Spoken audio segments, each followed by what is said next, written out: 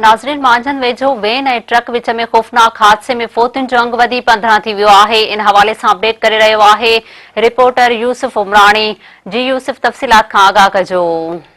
जी बिल्कुल, माजन भरिसां ॻोठ गुलमंद लाचारी साहिब ते वेन ऐं ट्रालर में ख़ौफ़नाक टकर नदीअ में फ़ौतियुनि जो जेको अंग आहे उहो वधी 15 थी वियो आहे, जंहिंमें हिकु औरत बि शामिल आहे। ऐं हींअर फ़ौतियुनि जा लाश हिन वक़्तु तड़का अस्पताल माजन थियल आहिनि, जिते को डॉक्टर वग़ैरह बि न हो, न ई को बिजली जो इंतज़ाम, न ई जनरेटर जो इंतज़ाम, तंहिं करे ज़ख़्मियुनि खे जेको सख़्तु मुश्किलातूं पेश आयूं। हिन वक़्तु डिस्ट्रिक्ट कमिश्नर फरीदुद्दीन मुस्तफ़ा ऐं SSP जावेद बलोच जेको पहुता आहिनि, जिन जे अॻियां घेराव कयो आहे, माण्हुनि जी शिकायतूं कयूं आहिनि त इस्तार में का बि सहूलियत न आहे, न का दवा आहे, न ऑक्सीजन वग़ैरह आहे, न ई जेको ज़ख़्मियुनि खे बेड संभालण लाइ बेड वग़ैरह उहे न आहिनि, MS बि मौजूदु न आहे।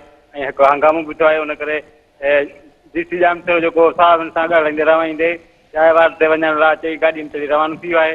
लाश जा वाक़िया रहंदसि पहुतल DC जेको सो इहो ॿुधायो त मूं इंतज़ाम कयां पियो त हुनखे एडी एम्बुलेंस ज़रिए जेको लाश आहिनि उहे कंडार तरफ़ रवाना कया वञनि, जिन सां मुंहिंजो राब्तो हलंदड़ आहे।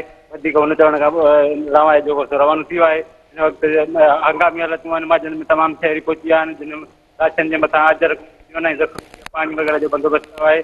ऐं हिन वक़्तु उहो ट्रालर ड्राइवर फरार थी वञण में कामयाबु। यूसुफ, आज मेहरबानी।